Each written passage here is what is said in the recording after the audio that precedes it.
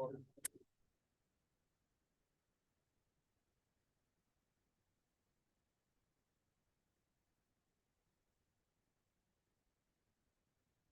will now call to order the December 8th, 2025 City of Abilene, Kansas City Commission meeting. Shayla, may we please have a roll call? Mayor Ryan, Here. Commissioner Miller, Commissioner Witt, Present. Commissioner Kohlhoff, Present. Commissioner Meisenberg. Here. Roll call's complete. Thank you. If we could please stand for the pledge.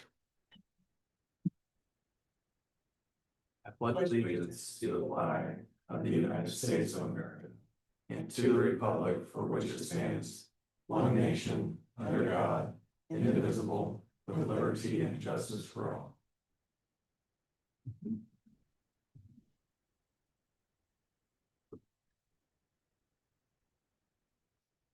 All right, and our first item is approval of today's agenda. I'll make a motion to approve the agenda as written. I'll second. Motion has been moved and seconded. Do we have any commission discussion? I would like to see 7D moved to the discussion agenda. That's a friendly.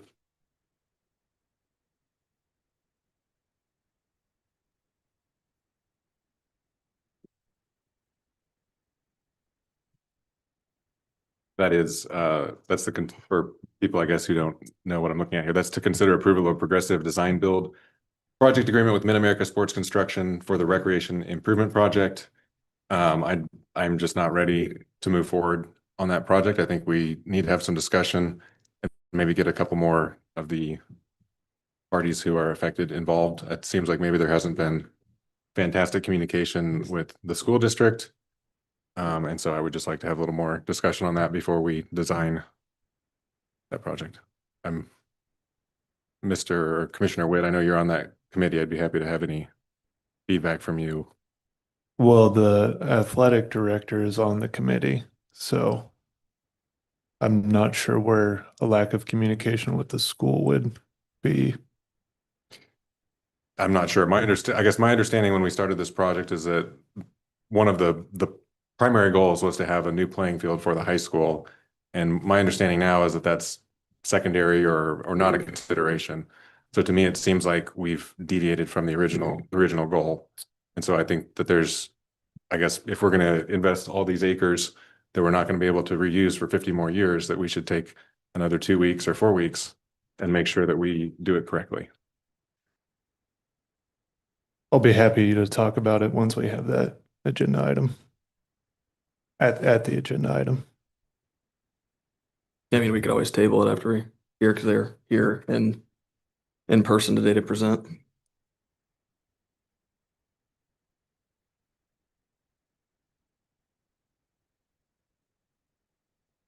I guess, did you intend that to be a motion or a substitute motion? There's a motion on the table. I guess I would just like, however you want to handle it, that would be my preference. I don't feel that we're ready to take action on it. Yeah, and that doesn't necessarily mean we have to. Do we have any further commission discussion on approval of today's agenda? Seeing none, would a roll call vote? Commissioner Witt? Yes. Commissioner Kohlhoff? Nay. Commissioner Meisenberg? Yes. Myself, yes, motion carries. Our next item is the consent agenda, which consists of the meeting minutes for the November 24th, 2025 regular meeting, appropriation ordinance A-120825, AP payment register 120825, and approval of closing all city non-essential services on December 26th. I'll make a motion to approve the consent agenda as written. I'll second. Motion has been moved and seconded. Do we have any commission discussion? Seeing none, we'll move to roll call vote. Commissioner Kohlhoff? Aye. Commissioner Meisenberg? Yes. Commissioner Witt? Yes. Myself, yes, motion carries. Our next item under public comments communications is a public forum. If there's anyone that would like to address the commission today on an item not on our current agenda, they may do so at this time. Do we have anyone that would like to address the commission on an item not on our current agenda? Okay, sir, please come up, state your name and address, and there is a 3-minute time limit. Bruce Johnson, 524 Ridge Road. Wanted to deal with our property tax rates that we're talking about. If property valuations are run about $70 million for the city, that means that 1 mil provides about $70,000 in taxes, to my understanding. If that's incorrect, I'd appreciate knowing the difference. And if our budget was reduced in order to help us by about 850,000 this last year, that's roughly 12 mil reduction, and yet we're raising, which tells me that we couldn't afford what we were already doing before in order just to run lean and mean, if you want to call it that way. Is that reduction sustainable as it is that we're running on, or what is realistic for what we really need to be doing? And another related matter with the 9.15 million bond that we have, that's a combination bond approved, how much additional debt will the city be obligated for above our current long-term debt after subtracting the grants and all the monies that come in related to that? Will we exceed our annual debt service amount that's typical for cities of our size? Just not meaning to throw out any kind of a gotcha. I just would appreciate knowing just a little bit more. Thank you. Thank you. Yeah, that's something we can certainly get to you. I don't have it in front of me, so I don't want to speak for that, but yep. Do we have anybody else that would like to address the commission on an item not on our current agenda? Okay, seeing none, we will move into business items. First up is 7A, consider approval of farmland and hay lease agreement. City Clerk Moore. Mayor and Commissioners, there is an update to last week's meeting. It was pointed out that on the site for the cost for Dickinson County, it only listed non-irrigated crops and pasture land. Two of the leases that we have are hay leases. So I worked with City Attorney Martin to redo those two agreements. And the median between the non-irrigated pasture cropland and the pasture land will be used to charge those two. I have two of the agreements signed today.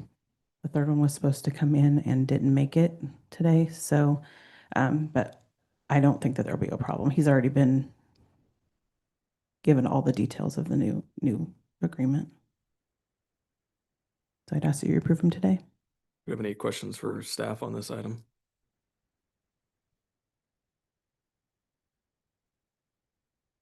I guess, yeah, we can go ahead and approve it, but that one that has not come in yet would not go into effect until we have a signed lease.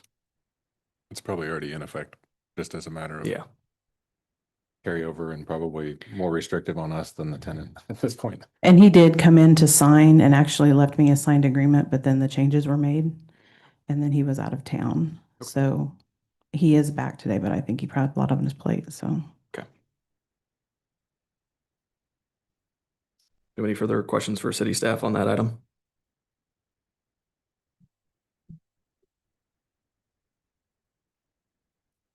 And just another thing to clarify, the site that you mentioned last week is actually the same site that we were going through Yep. for this.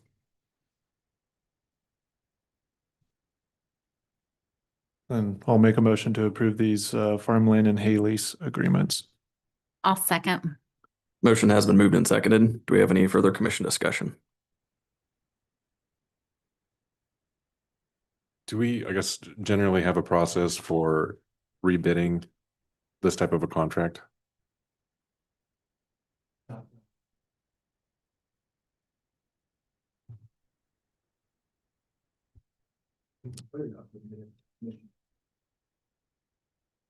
Is that something you would recommend renewing annually and putting it out, or I guess what have you seen?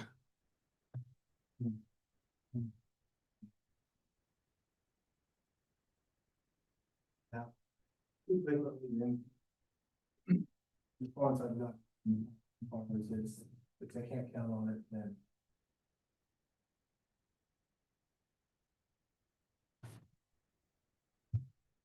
Moving to. That by that outside entity.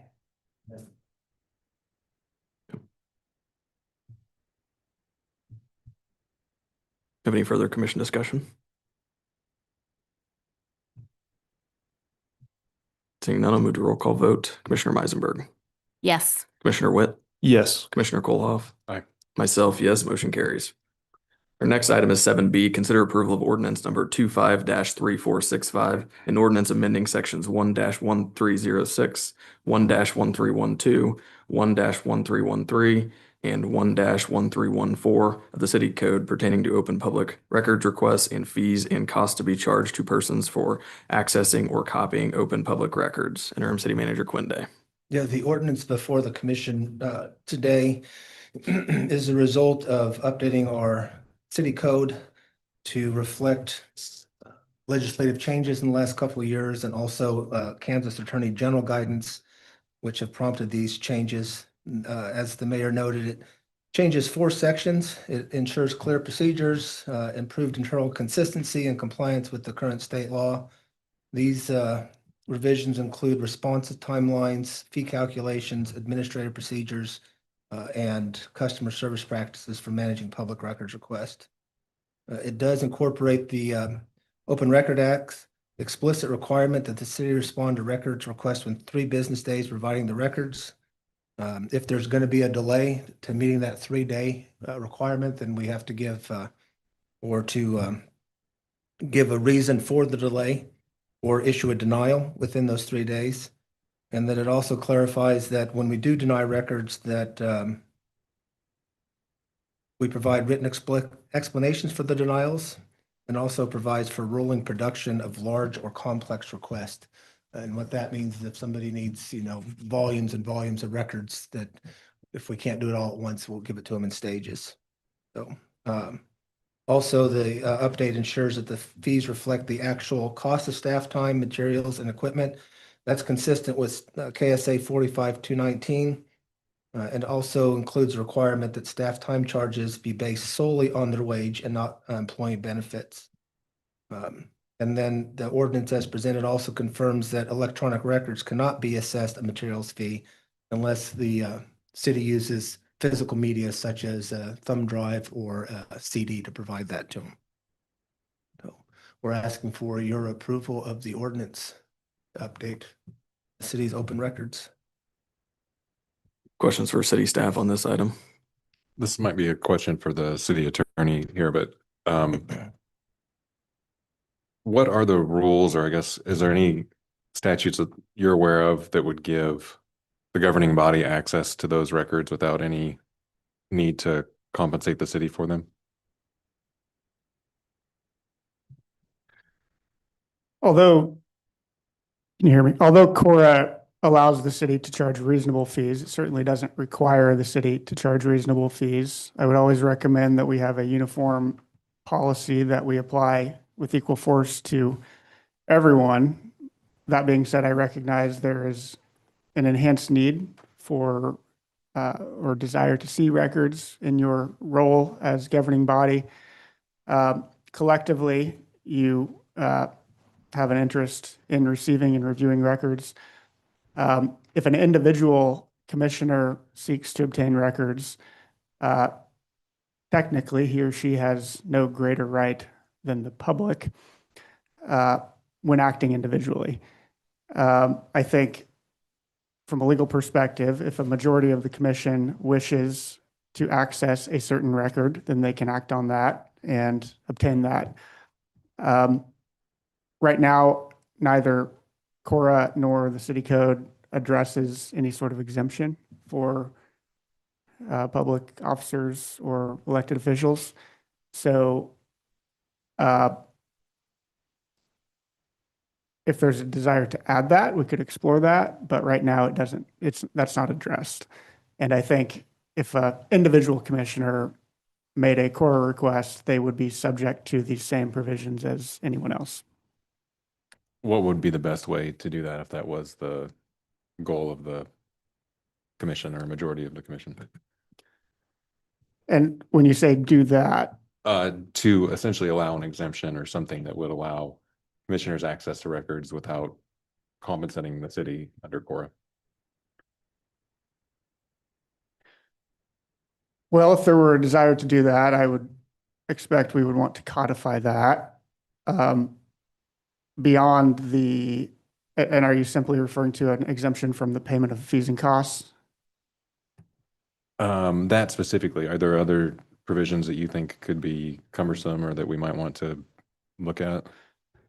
I wouldn't call any of them cumbersome. What came to mind is in the ordinary course, when a member of the public submits an open records request, there are approximately 40 discretionary exemptions that the city may assert in order to keep the record closed, ranging from confidential personnel files to criminal investigation records. And the city often exercises discretion to do that for various policy reasons. I would expect those exceptions and to continue to apply to a commissioner unless it were otherwise stated in an ordinance or by a majority of the city commission. But that's what came to mind when I asked you if you were strictly focused on fees.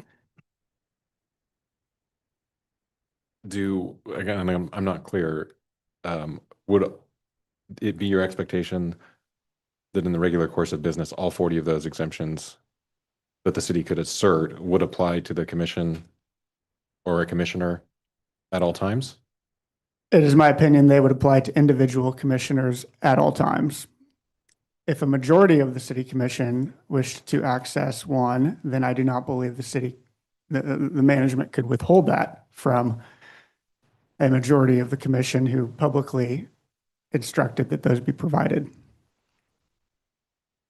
But if an individual commissioner submitted an open records request for a personnel file, I fully expect that the response could be, we are exercising our discretion to not provide that pursuant to this provision of Cora. How many of those exemptions are really personnel related? I guess I don't really see those as being issues. There's only one that applies to personnel, to my knowledge. And the other 40 are non-personnel. Um, I think that's fair, generally, yes. Criminal investigation records would be another one that comes to mind that would Yeah. generally be closed. Attorney-client privilege is another one that is frequently invoked.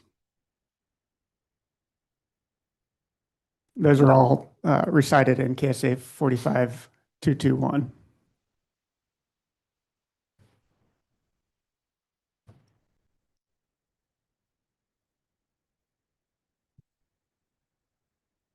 Any further questions for staff on this item? I don't think I have any questions. I would just make a motion to table this until we have a provision in place so that there is an exemption for any. I think we maybe need to look at all 40 of those. I'm not seeking to review personnel files as an individual commissioner, but I think as an elected official, we have been given responsibility beyond that of the general public. And I think that there's reasons for some of those exemptions to be superseded either by code or by policy. I would make the motion to table. Okay. Until the next regular meeting. We have a motion. Do we have a second?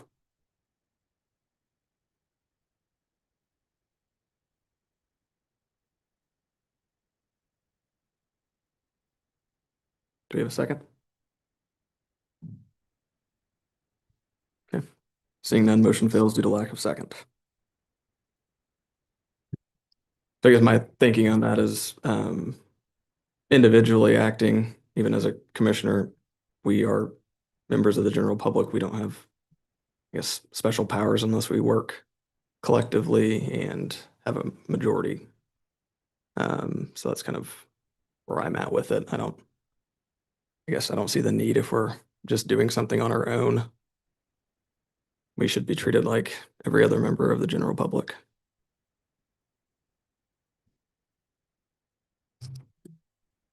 I think the fact of the matter, though, is that we're not. We've been elected. We've been selected. The public has chosen us. The members of the general public have chosen us to represent them. But we still can't take any formal action, just. Not taking any formal action. We're having basically extra access to records. I don't think that that's an unreasonable standard to set for someone who's an elected public official. And I think generally we do. I think we should, and I think we need to codify it. And I think we need to do it correctly. So we do have access to the things that we should have access to, and we don't have access to things that we should not have access to. Yeah, and I think generally we do. I mean, we would be able to make that request, and if it rises to the level of something that severe, I don't think there would be any problem getting 3 members of the commission to take formal action on it. The, I think if the commission ultimately decides that they want to provide an exception to the closed records that normally in the course of business that we would not allow to an individual member of the public, then we have to reconcile. We're not giving it to the regular public, but we give it to an individual member. When in session, they're the governing body. When they're not in session, they're individuals. I mean, you'd have to reconcile that difference, I think. I don't know if it's a legal matter or just a matter of ethics. What we're asking today is just to adopt an ordinance that brings current city code in line with statutory requirements and recent attorney general opinions. I guess I want to make sure I'm perfectly clear. I'm not talking about closed records. I'm not suggesting that the city commission should have access to closed records, any closed records, unless there's a reason that we should, right? I think if it's a closed record, that should require a majority. But I think from an open records perspective, as an elected official, we should not be required to compensate the city to provide records to us as elected officials. Generally, when we've received those in the past, at least for the short time I've been here, we provide those electronically, so there is not a charge for those when we email them out. And we wouldn't charge those to members of the public if we email them out.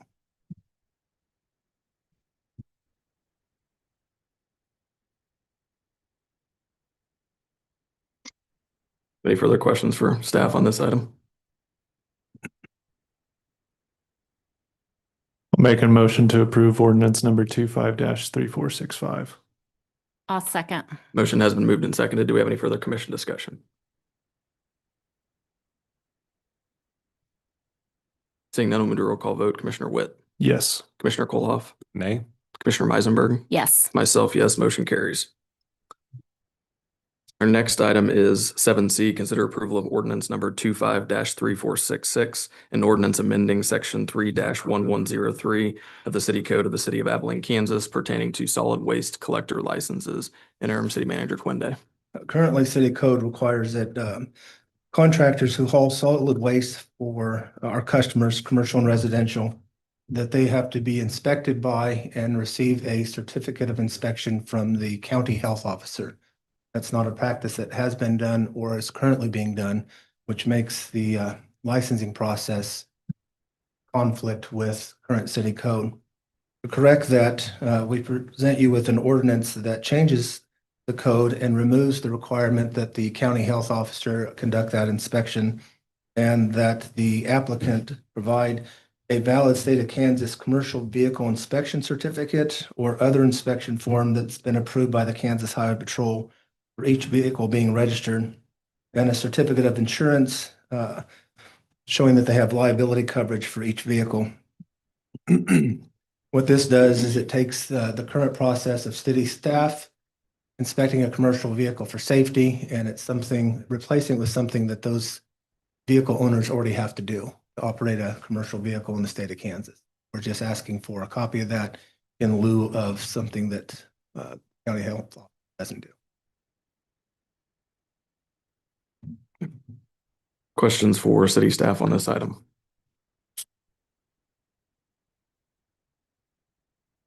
Are there any other service providers in the city that have to individually register their vehicles? Not that I'm aware of off the top of my head. It sounds like they're already doing this, and what we're creating is just excessive regulation. I think I mentioned at the last meeting, I'm not in favor of essentially just making them jump through another hoop to do us the favor of taking our trash. So I'm gonna vote against this, and I would like to direct city staff, if we have a majority who feels the same way, to remove that section of our city code.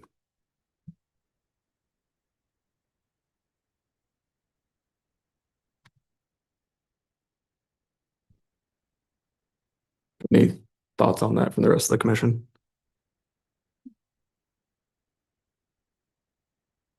I think one thing that, and John, you and I talked about this, where whenever we get into budget season, we always talk about finding alternative revenue streams that aren't property taxes. And I guess I view this as one of those. Oh,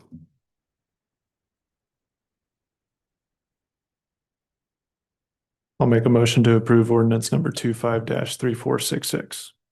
I'll second. motion has been moved and seconded. Do we have any further commission discussion? I'll just kind of hammer that point home. We don't require the telephone service to register every one of their trucks.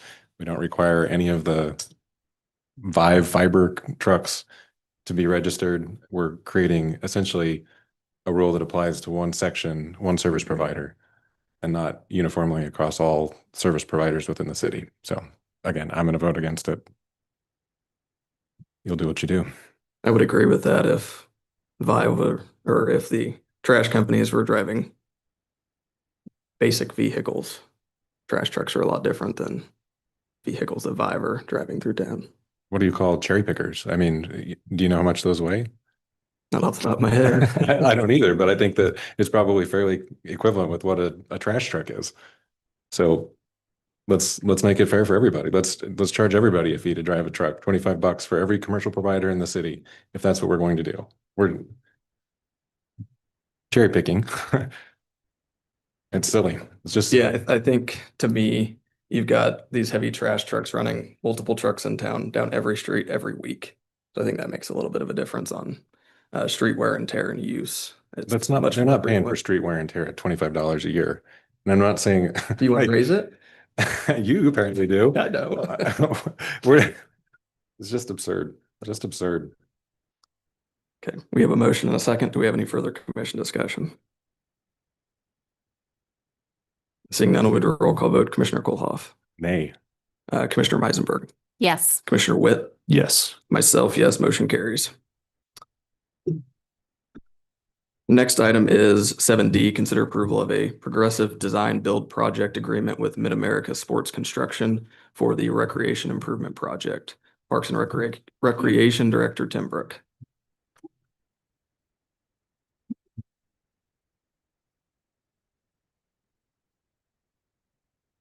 All right, good afternoon.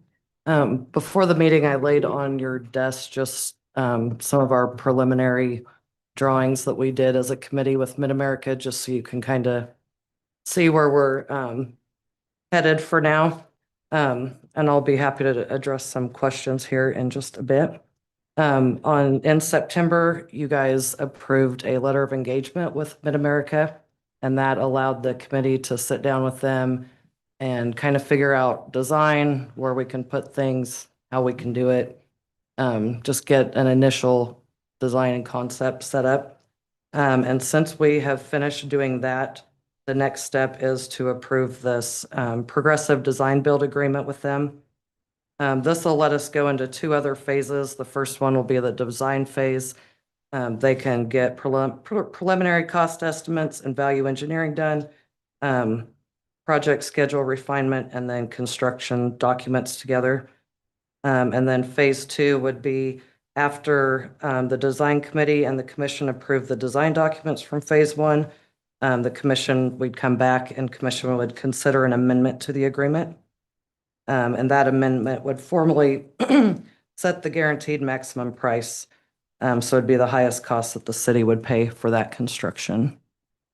We do have Nick and Carter here with Mid-America if you have questions, and also John and the city attorney have also went over this, and we've talked all together too to come to our agreement with it.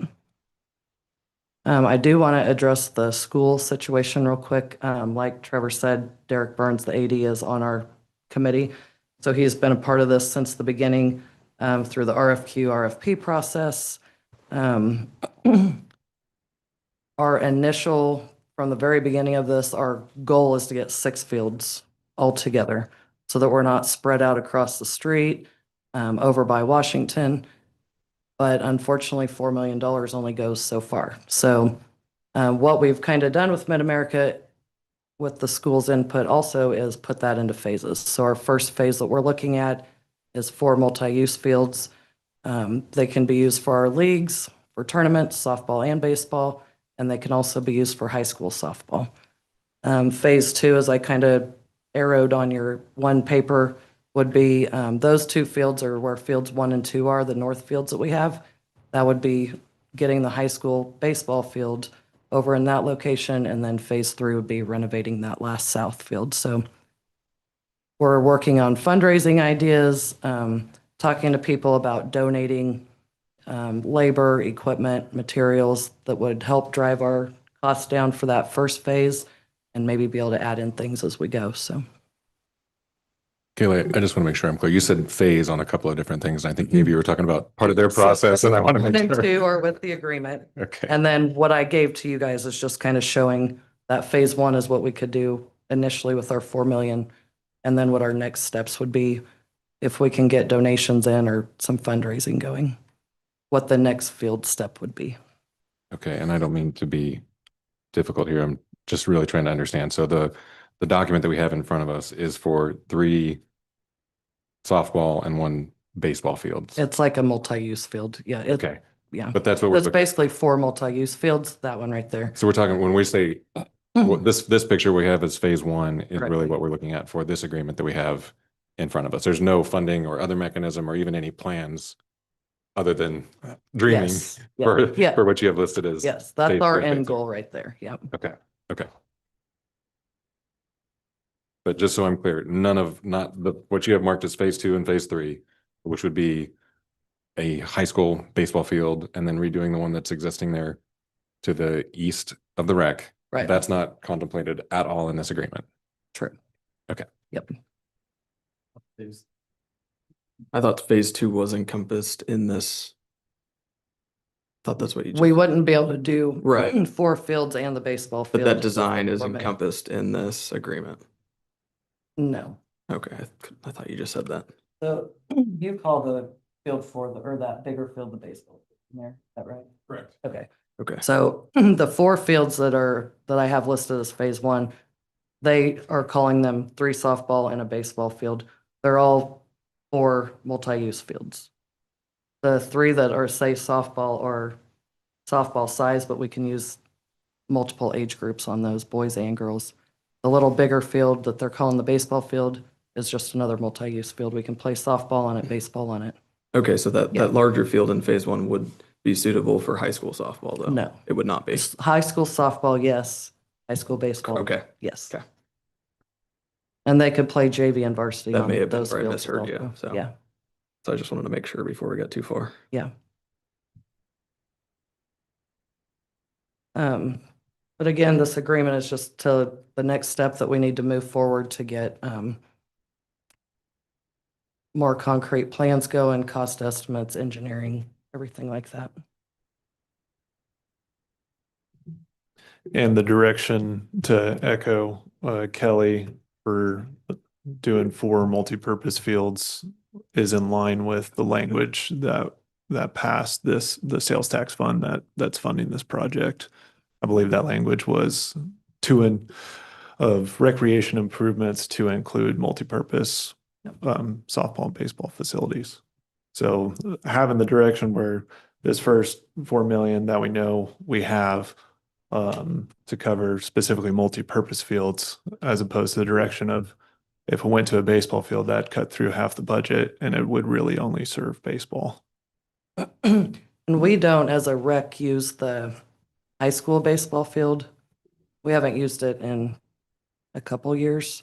I think we are going to have a pony team this year, so our numbers are coming back up. But when we started going through the RFQ and talking to these companies where we knew what we pushed this for was recreation, like you said, yes, the high school uses it, but we need to get more fields that we can for that 4 million. That's going to be an all-around use instead of just one use, basically. And we want it more than anything, just like they do. And I know personally it needs work, so we're trying to get some extra help to do that. But I want to make sure I'm clear. When you say multi-purpose field, these are all baseball or softball. I mean, we're not talking Yeah. about soccer or any other. We can play on the outfields. Um, Are those sized appropriately for? Yeah, that was a part of building out the Yeah. concept is where Mid-America would draw those kind of standard soccer field sizes of how many we could fit in the outfields. and we play 3-on-3 soccer, not standard 11-on-11, so the fields are much smaller. We already use fields 1 and 2 outfield for our older age groups. And I think the other sports, like, flag football, things like that could be Right. played out there. And my understanding is that this is, the city, the sales tax is funding 100% of this unless we can find donors or something like that. We've had no input from the school district. They're not willing to pay for anything at this point. Is that correct? Correct. So, and again, I'm not sure what leeway Mr. Burns has been given. Certainly, he's a fantastic athletic director, but I think the funding decisions are going to be made by the school board. And I think it'd be good to engage kind of all the relevant parties. I think there's probably other funding mechanisms. I'm not sure what, Kelly, you may know. I think there's some CDBG and some other things that might be applicable. I guess I want to do this project right. And I Right. think I've been saying that from the beginning. And Yeah, we've talked about different grants and are continuing to look for some. We've also had discussions with Derek, and I think John has even put his input in it of, is there ways we can work with the school to do something? But that's all preliminary right now. well, I guess to Since me- they're city-owned facilities, they can't really put money into them. well, I So mean, that's where we're visiting. So, I don't think that that's true. I think you do have to have an agreement or there's some paperwork, but there's absolutely Yep. a place for the city to work with the school district Mm. and vice versa so that we can fund things of mutual interest. I don't know. Again, I want to make sure we do it right. And I feel like this thing has been going in fits and starts, and I feel like we would be well served to take our time to meet with all of the relevant parties, specifically the school district here, and fund this right, do it right from the beginning. I mean, I think we're already at 40%, $4 million instead of the $10 million we wanted from the get-go, right? Like, can we get together? Can we come up with a program? I understand this, the school district is probably worried about paying off their bond right now too, and they're working on a wrestling facility. I don't know. I guess I just want to make sure we're doing it as efficiently as we can. And to me, this doesn't feel like we've had the right process. So you say you want to do this right. Have you reached out to anybody on the committee in the past 3 months?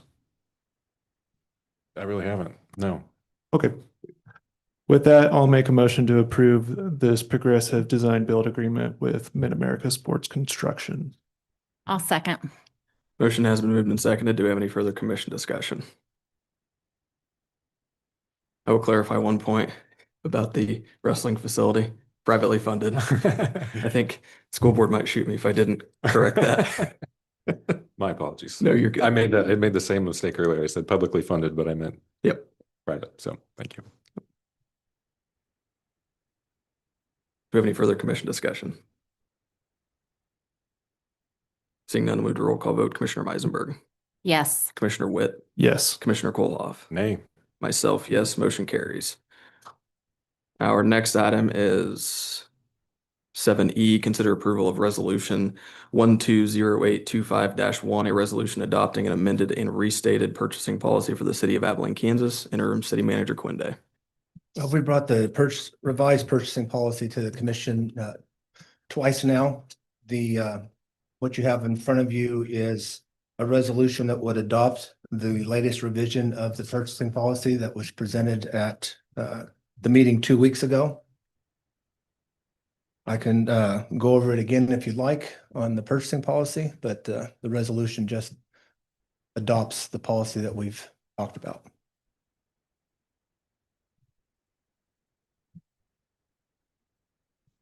Have any, yes, Yeah, I just, Additions since the last one. yeah, so I think I'm taking extreme exception on page 3 here, this time-sensitive used equipment purchases.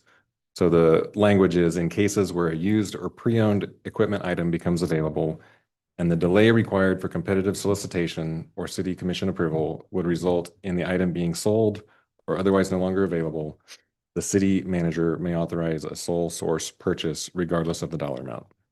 That basically means anything that's up for auction before our next meeting. And I think that we need to tighten the screws just a little bit on that one. Do you have any, I guess, recommendations on language that would make that palatable? I think even worst case scenario, it needs to be under the $25,000. I don't feel like there's any emergencies. If there's a once in a lifetime auction item up, we can have a meeting in 24 hours. We can post it. We can have the vote. We can approve the expenditure of those dollars.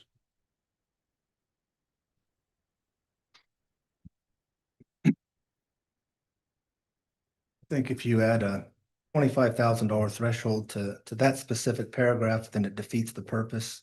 As the fire chief provided an example, I think 2 meetings ago about previous opportunities that were lost because of that. And like I discussed with Commissioner Koloff earlier today, when we were discussing this and he raised this concern. And I'll just say it to the whole commission, at some point, when you adopt these policies, there's a point when you have to trust your staff, the city manager to make that right decision.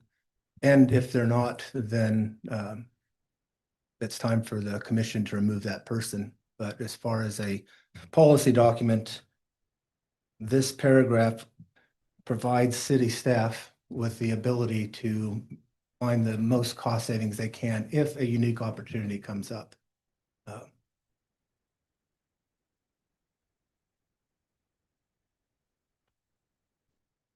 I think unfortunately, and Mr. Quinda and I discussed this earlier too, all 4 years except for the last few months that I've been a city commissioner, he was not the city manager. And so 90% of my time as a city commissioner is colored by the previous city manager's administration. And frankly, if if this was to come, we wouldn't be sitting here having this discussion, being able to make this decision, because the city would be, the city's choices would be made by a receiver appointed by the state at this point, because we would be bankrupt if we had continued down the same path that our previous city manager had put us on. And while I would love to have that level of trust, I don't have that right now. And so I am very, very, very uncomfortable with essentially a blank check for anyone.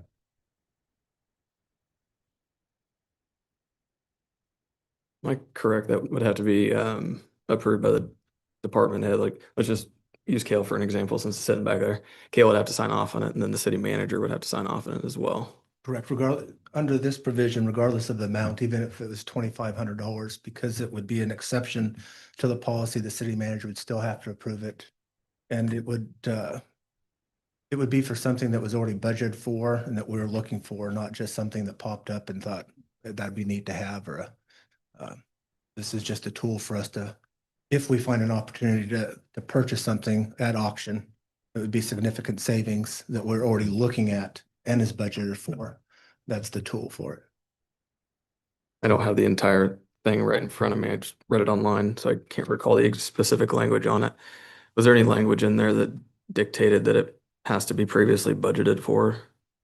Anything that we purchase has to be budgeted for. So now there's not language in code or anywhere I can think of off the top of my head that says that everything we purchase has to be specifically budgeted for. But when the commission adopts the annual budget, they're authorizing the levy of those taxes, also the expenditures that are in those by fund. And then below the fund level, that is incumbent on the city manager under this form of government to make those things happen.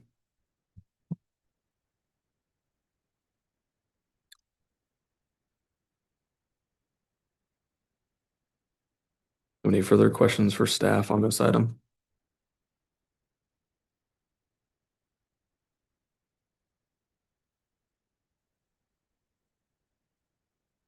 I would make a motion to approve adding $25,000 to the time-sensitive used equipment purchases provision on page 3.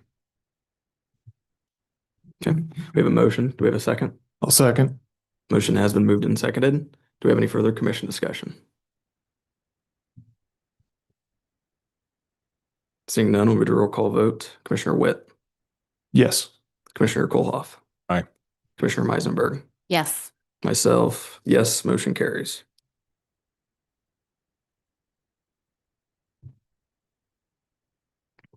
Our next item is 8A, discussion and direction for city staff You know, regarding, sorry, the motion was to add a limit. At least from my perspective, there wasn't a motion to adopt the resolution. That. That was my motion, was to adopt it with the addition of the Okay, I didn't $25,000 hear limit. that, sorry. And I guess if I didn't stay, if I wasn't clear, I understood it as an implicit approval of the resolution with that change, is what I understood it, but I will acknowledge it wasn't as explicit as it sometimes is. But I think if everyone understood that that's what you were voting on, we can proceed. But if there's any confusion on that, I would recommend we clarify that now. that was my intention. Yeah. I didn't have any confusion. But Thank you, though. Yep. Next up, under 8 items for discussion is 8A, discussion and direction for city staff regarding the water rate and cost of service study completed by Ralph Tellis, interim city manager Quinde, Tom Beckley, and Joseph Collins with Ralph Tellis. Just going to introduce Colin Beckley with Brad Ellis, who's here to present the cost of service study and water rate analysis. Thank you, sir. Thank you. And Joe Collins is watching somewhere, so I can text him if there's any detailed questions I need his help on. My name's Tom Beckley. I'm a vice president with Reftelis Financial. Just to give you a 30-second overview, we provide financial management consulting services to municipal utilities throughout the United States. So these types of studies are pretty much what I've been doing all day, every day for the past 25 years for communities throughout the country. So we were engaged by the city to perform this analysis related to the water utilities. And I'm going to talk about our process and our findings.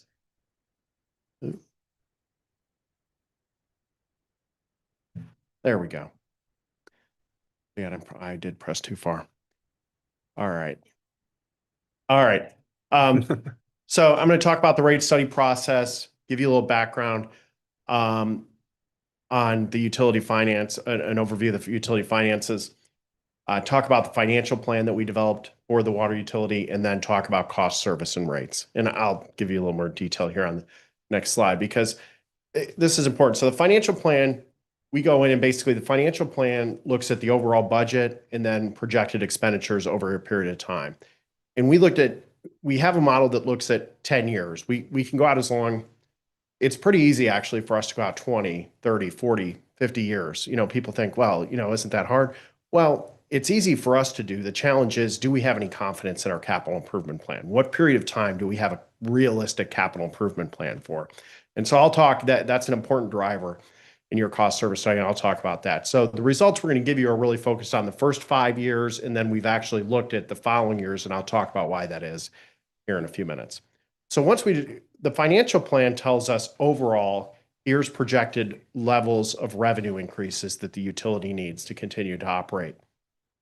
The cost of service study looks at how should we recover that level of revenue from the different customers. And here we have residential customers, we have commercial customers, we have a rural water district that we serve.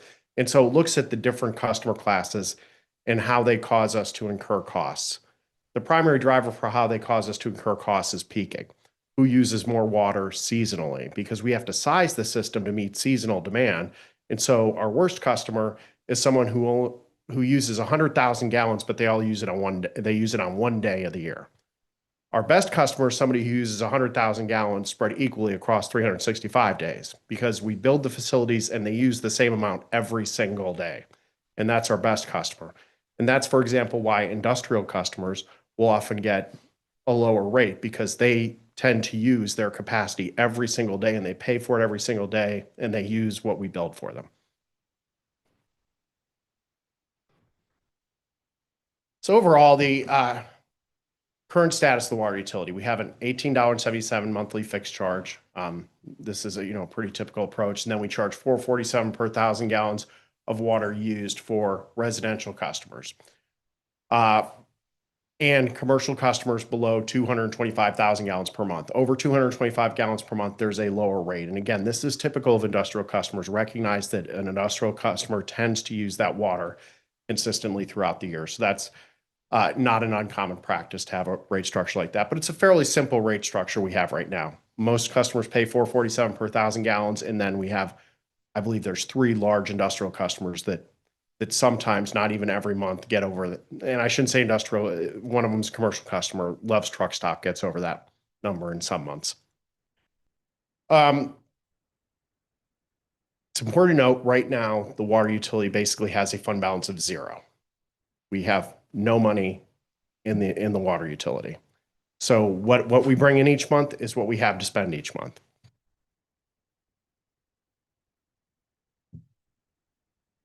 I'm going to talk a little bit now about the financial planning. So first step is to forecast baseline revenue, which is really what would we generate if we kept selling the same, what we project we would sell for water over the forecast period. And we're going to focus on a 5-year period, but I'll talk a little later about a longer planning period and some of the things that we'll need to be thinking about in the future. Then we forecast operating and capital expenditures, operating and maintenance being our employees, how much costs to produce water, pump it out, distribute it to customers, read their meters, send them bills, collect the money. And then capital is reinvestment in the system. And then we develop cash flow forecasts and revenue sufficiency, make sure that our projected, what revenue increase do we need to actually pay for what we're projecting for operating maintenance and capital expenditures. So this chart will make more sense in a minute, but this is kind of how we always start. So baseline revenue, I talked about this. What would we generate if we just kept selling, our projected amount of water? And, here in the city of Abilene, we're projecting that usage will be relatively flat over the forecast period at the current rates. If we didn't change the rates, we generate about $2 million per year of revenue. So the first thing we look at is operating and maintenance expense. So we've based operating and maintenance expense on, you guys have adopted a 2026 budget, and that's our baseline. And then we have a 4% cost inflation for each of the future years. So this is increasing cost of, employee pay, benefits, gas, everything else we pay for to continue to operate and maintain the system, chemicals to treat the water, all those types of costs. So you can see there's a red circle there. That's the year that basically our revenue matches what we spend just on operating and maintenance expenses. And then any future year beyond that, we're running at a deficit. And as I mentioned, basically the fund balance is already 0. One thing we did in forecasting the future revenues is, one question we had when we were working with city staff, with John and Kelsey, was, you guys have a transfer to the general fund, which is pretty typical for a utility. Basically, it's to pay for city manager's time, other expenses, other overhead support that the general fund provides the utility. And, that had been 80-something thousand previously. This year it increased to 112,000, in part to pay for some software. And so what we're proposing actually is that we, in the future, treat the utility somewhat like we treat investor-owned utilities and set that as a percentage of their revenue at 5% of revenue.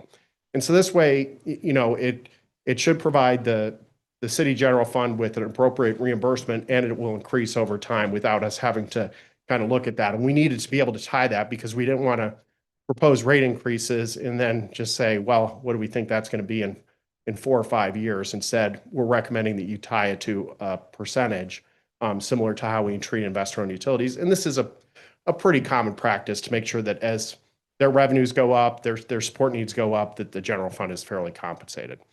So we've included a 5% general fund transfer in our projections. That can be changed if we receive direction to do so. We also have a small outstanding GO bond, which is basically that tiny red sliver at the top of each bar.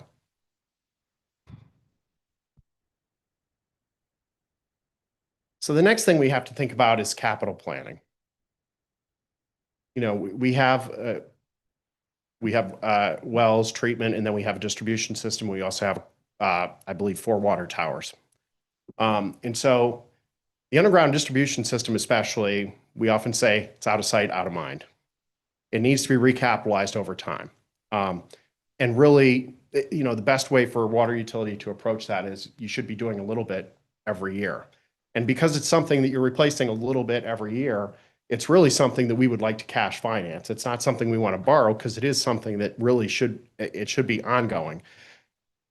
Because I expect you all expect the city to be here forever, and we will need the water utility forever. We don't believe that it will be superseded by any advanced wireless technology, 5G water delivery, or anything like that.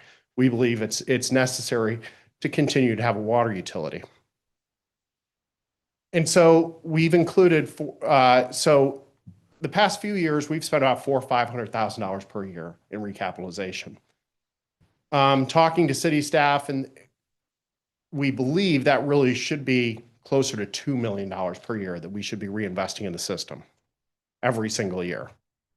Now, I already showed you that we only generate about $2 million revenue right now, so we recognize that we're not going to get there very quickly. What we've included in the proposed scenario is working up to getting to $1 million per year by 2030. So half of where we need to be, but at least moving in the right direction. And then 2030 and beyond, again, there's other considerations we need to be thinking about that we'll take a look, that I'll talk about. There's some miscellaneous needs, PLC replacements, which are, I believe there's some kind of controllers at the water treatment. Membrane replacements, again, to treat the water generators, miscellaneous vehicles, things like that, that are also included.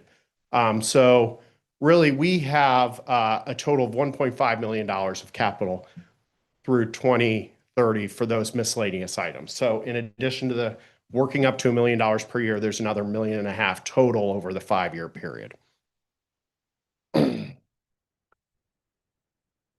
Eventually, we're going to have water tower replacements. You know, we have some water towers here. We spent a lot of time. This is probably one of the things that we spent the most time talking to staff about, because it's like, well, they're getting old. We do, you know, we paint them, we take care of them. We hope they'll continue to last, but we know at some point we're going to need to replace these water towers. It's going to be a challenge. They're estimated to cost about $15 million each to replace. Precise timelines unknown. We're assuming that the existing towers will last to at least 2031, but we want to recognize that at some point in the not too distant future, we need to at least start thinking about replacing, you know, the first one of those towers, and then the other ones will need to be replaced eventually as well. So it's just something we have to keep in the back of our mind.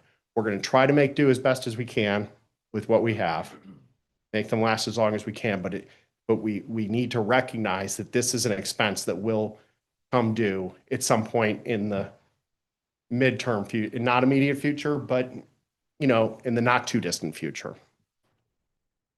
So this is not proposed in the 5-year rate plan. I will show you kind of what it looks like in a longer term rate plan, but really what we're asking for today is a 5-year rate plan to get to $1 million per year of replacing underground assets over 5 years, as well as fund $1.5 million of other capital improvements.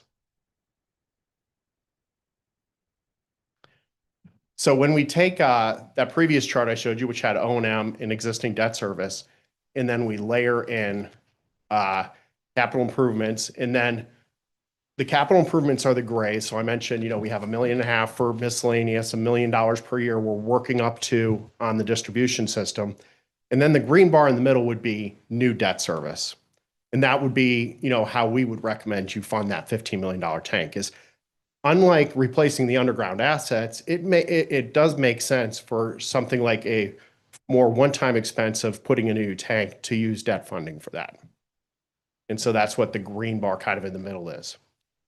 And there is a reason it's in that order. The blue is O&M expense. And even to our bondholders, we promise we are going to continue to maintain the system because we've promised that they get the revenue from the system, and they recognize that they want us to continue to operate the system so that we'll be able to pay them back. So literally there's a cash flow in the bond that says you pay O&M and then you pay us. You pay the bondholders second, And that's why the red, the existing bonds, the green, the proposed bonds, and then the capital's on the top, because if push came to shove, something happened, we didn't generate sufficient revenue, that's what we would cut, is the stuff at the top of the bar.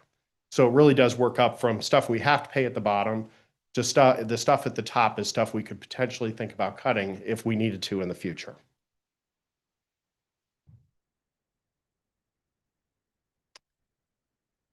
So for this financial plan, and again, we spent a lot of time talking to city staff, we considered options, but realistically, we need to, right now, we have no money for capital, none. And so when you think about the fact that we generate $2 million per year of total revenue, we're recommending a 45% rate increase in March 2026, which would generate approximately $900,000 per year. And this would basically start to fund, working us up towards that $1 million per year for underground infrastructure, as well as funding the 1.5 million over 5 years of other capital improvements that are needed. Following that, we're proposing 9% annual increases through 2030. And then when we get to 2030, we're going to need to take a look, and you can see we've penciled in something here. They would be significant increases to be able to afford the water tower. Now we can hope that when we get to 2030, we'll know more about the condition of the water tower, know which ones need to be replaced when, and decide, well, yeah, we definitely need to start that, or maybe we can put it off another couple of years and build up to that. So that decision can be made then. So this provides us a plan for 5 years with kind of an expectation of what things will look like beyond then. But again, it's heavily dependent on what we'll do with those fairly expensive water towers.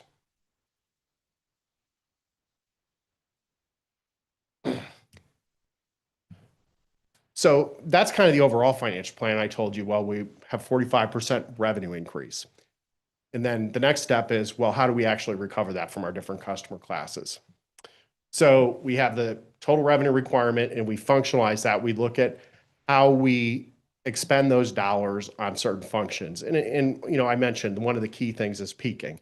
And it really is identifying there's certain assets that are average day assets. There's certain assets that need to be built to meet the maximum day. And then there's maximum hour assets, which are used to meet maximum hour demands, which are basically, the people who use a lot of water in the middle of the day. And that's what water tanks are. Water tanks are the best example of maximum hour assets.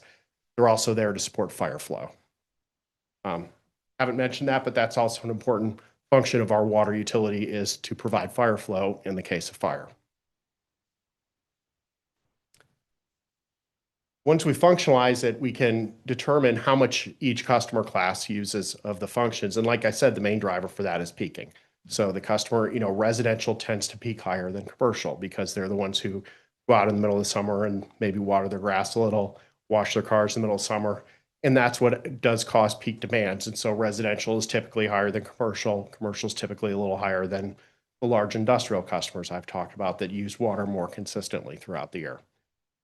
And that's how we get to how do our different customer classes look and how much should we really be charging them to appropriately recover the cost of providing service to those different customers. So based on the cost of service analysis and discussion with city staff, one thing we're recommending, especially considering, I'm sure as you all know, you guys have been in a water emergency for a while and you expect that to continue to the future. So I mentioned, right now for residential customers, we charge a flat rate regardless of how much you use.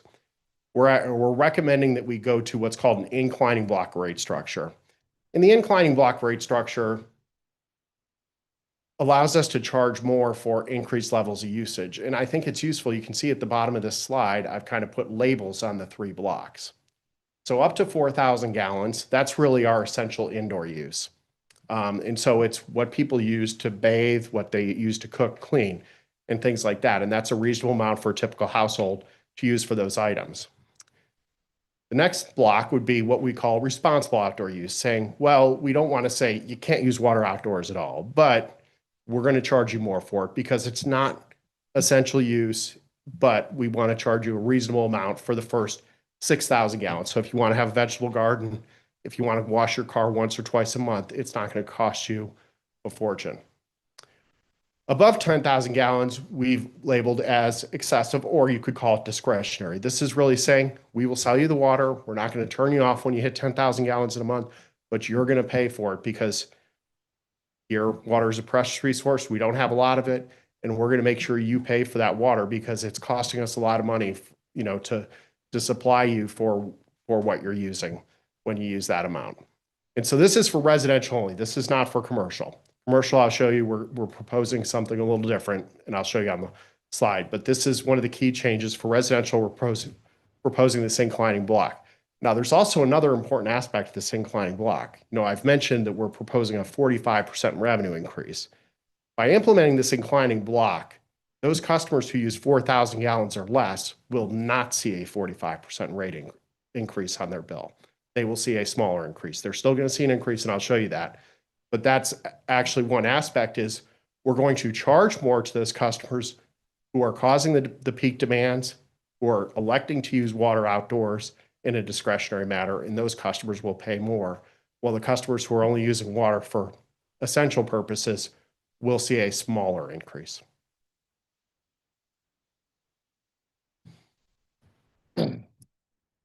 So this is the overall rate structure. So at the top is the fixed block charge. Right now, we charge all meter sizes the same fixed monthly charge.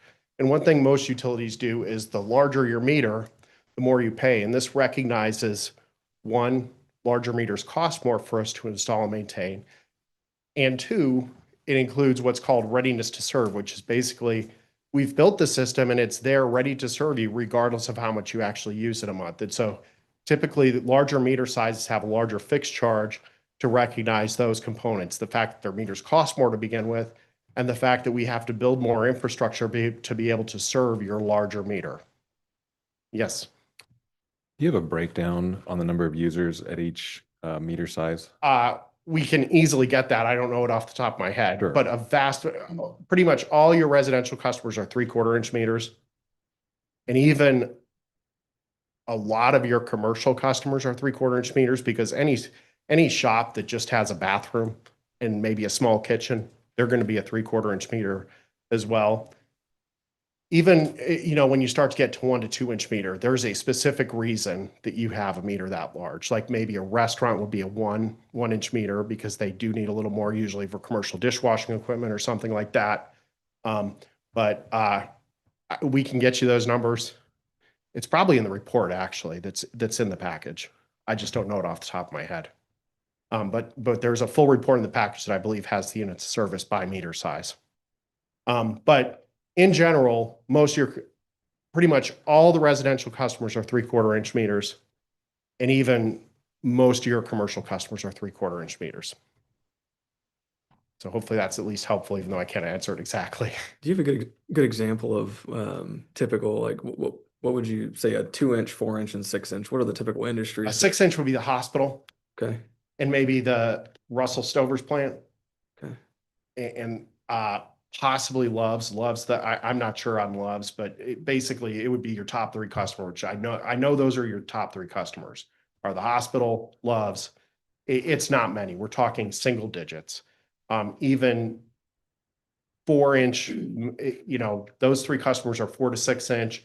And then a 2 inch meter would be a pretty large, maybe like a laundromat might have a 2 inch meter. Okay. Car Something wash. like that. A car wash, yeah. Even that, I mean, a car wash may have, because most new car washes recycle a lot of the water. But yeah, you do not have many. Like I said, I don't know off the top of my head what those numbers are, but they are not significant. But it's still important. It's still getting a little more, with these increases going from, because if you have a 6 inch meter, like I said, you're the hospital or you're Russell Stover's. And we're going to charge you for your potential demand, which is $900 a month. Because there's also the fact, quite frankly, we don't want people having a 6 inch meter that don't need it. If you have a 6 inch meter, you should be using tens of thousands of gallons a day. And if you don't, we don't want you to have a 6 inch meter because, quite frankly, if you're a low volume user and you have a 6 inch meter, it's not going to measure your flow correctly anyway. It's going to under measure your flow. And so it's actually a method to make sure people have appropriately sized meters anyway. Because yeah, it's not good for us to have customers out there that have meters that are way oversized, which happens sometimes when businesses change, like if Russell Stovers were to close, God forbid, I'm not saying they should, but and then become an Amazon warehouse, they'd say, oh, we don't need this big water meter anymore, just throw in a 1-inch meter for our bathrooms. So that would, that's what we want to have. So to answer your questions. Yeah, I did not see it earlier and I don't see it now. I don't see where it lists out the number of users by Okay, meter size. it's possible, but we can get you that. I can get you that separately. Thank you. And I won't charge you a fee. Um, So then the residential, I talked a little bit about tier. Right now, all the residential customers pay $4.47 per 1,000 gallons. And you can see basically that tier 1 is almost exactly the same rate. I believe I can barely read it from here. It's 448. We could make it 447 but it's basically the same. So residential customers who are using 4,000 gallons or less, their only increase will be that $6 per month on the base charge that it's going to go up. So it will be a smaller than a 45% increase. And then tier 2, which like I said, that would be responsible outdoor usage. That's going to go up a bit from the 447. And tier 3, that's really the usage that we will sell it to you if you want to use it, but you're going to pay dearly for it because that's really discretionary usage that, is outdoors that, we really want to discourage given our water emergency conditions. Commercial. So, I mentioned earlier, we have a declining block structure and only the 3 large customers are the 3 that go into the second block. And even then, like I said, I don't believe Love's goes into it year round typically. It's seasonal. So it's over 225,000 gallons and we're recommending that we just consolidate their rate structure and that they have a single rate structure of 5. Barely read that. Sorry. 5. I don't have the number. 598. Yep. Yeah. And then irrigation, we would charge the second tier rate structure. And this is a policy decision, but irrigation, those are commercial customers, and I suspect maybe it might be the sports field you guys were talking about earlier, may have irrigation, for example, or maybe it's turf. I don't know what the new fields will be, but yeah, so they're definitely not going to get water at tier 1 rate. We would, we hope they're using it responsibly. So they would pay the tier 2 rate for that same water, which would be a pretty significant increase. You can see it's over a 50% increase for that volume. And the reason people have irrigation meters is then they don't pay sewer on irrigation volume. And that's why people have separate irrigation meters typically. Any questions on this slide? Because this is certainly one of the most important ones. Can you speak? So it just kind of piqued my interest when you're talking about irrigation, a separate system for that. I guess, is that fairly common? I didn't even know that was a thing, I guess. Well, it's more common for commercial. For residential, typically what a lot of communities do is you can avoid that by using average winter consumption to charge for sewer. Of course, we didn't do sewer rates as a part of this study. This is focused only on water rates. So like I live in Kansas City, Missouri, and they use average winter consumption. So they take my water use from December or actually January through April bills. And they basically say, that's our estimate of how much you contribute for sewer. So I don't need an irrigation meter because they basically charge me that amount for sewer year round. For commercial, that doesn't really work because they can be seasonal for whatever reason. Like a car wash is a great example that typically are busier in the winter than the summer. And so you wouldn't want, it really wouldn't accurately reflect their sewer flow. So commercial just typically pays based on their water use. And we say, well, if you're using water outdoors, you need to go through the expense of having a separate irrigation system. And then we will not charge you for usage for sewer on your irrigation system. Does that make sense? Joe made these really small for me. So you can see these are bill impact for different size customers. And like I said, for our smallest customer that's just using 4,000 gallons or less, their only increase really is going to be on that fixed portion of the bill. So, 1,000 gallons, they're going to pay basically have almost the same increase as someone with 4,000 gallons because it's really that fixed portion, but they're going to see a smaller than the 45% increase. And then larger customers, because of that tier block structure, will see larger increases. But again, it's focused on discretionary outdoor water usage. which we think is appropriate given the scarcity of water in the city and the need to generate more revenue. Then, of course, somebody who uses a lot of water will pay a very high bill. But again, that's because it's discretionary usage. Oops, I went the wrong way. So one thing we look at, that we like to talk about, and certainly it's been a big word in the news media lately, is affordability. And there are ways that the industry uses to consider affordability. The traditional method has been to look at median household income relative to the bill, and you'd like to see median household be 2% or less, that a water bill be 2% or less, sewer bill be 2% or less for 4% total, approximately. So again, we're focused on water here tonight. So when we look at median household income here in the city of Abilene, it's about 0.91%. More recent guidance has kind of focused on what are our most vulnerable customers. And the most vulnerable customers are represented by the lowest quintile. This is basically the cutoff for being at 20% of household income. And so you can see even here, we're relatively affordable, and it would be 1.88% of our lowest quintile income with that first year increase. And finally, question we often get asked is, how do we compare to other similar communities? So this is a comparison to other communities around us. And you can see right now our water bills are actually fairly low relative to other communities in this area. And even with the increase for a 4,000 gallon per month, which is a typical customer, and I probably should have asked Joe this before I came, that's probably half our residential bills are probably 4,000 gallons a month or less throughout the year. Now, of course, what you'll see is there's people who use 4,000 in the winter, and then, of course, come the summer, they may use 6,000 or 7,000 gallons. But the way we look at it is we do what's called a bill frequency analysis, and we look at how many bills in a year are below a certain level.